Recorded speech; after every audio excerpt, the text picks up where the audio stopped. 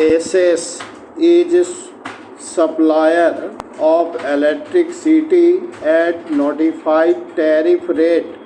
The sale price included advance against depreciation, which is shown by SS as sales in its profit and loss account.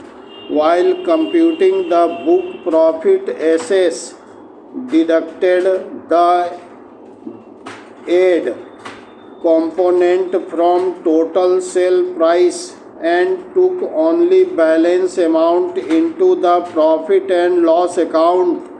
According to the authority for advance ruling, reduction of aid from the sales was reserve which had to be added back on the basis of clause of explanation 1 to section 115 JB of the Income Tax Act 1961. Parachene. On reading, it is clear that to make an addition under clause B, the two conditions which must be jointly satisfied are that there must be a debit of the amount to the profit and loss account, and the amount so debited must be carried to the reserve.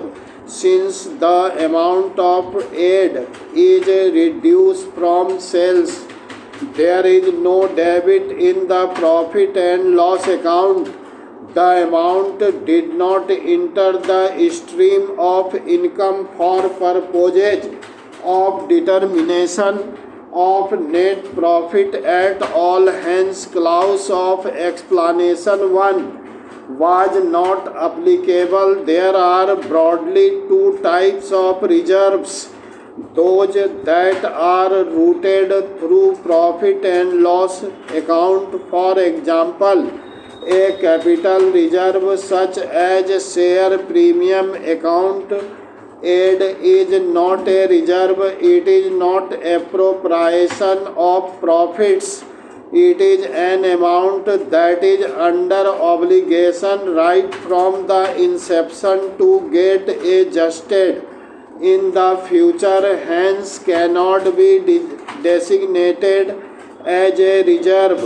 It is nothing but an adjustment by reducing the normal depreciation includable in the future years in such a manner that at end of useful life of the plant, which is normally 30 years, the same would be reduced to nil.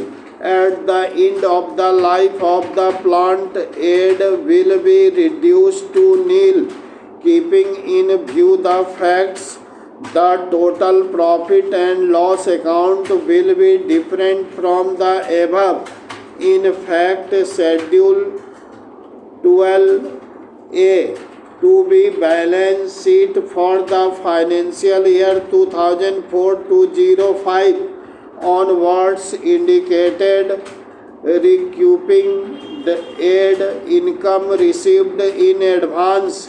It is a teeming difference and represent adjustment in future which is inbuilt in the mechanism notified by the Income Tax Department. Parachene.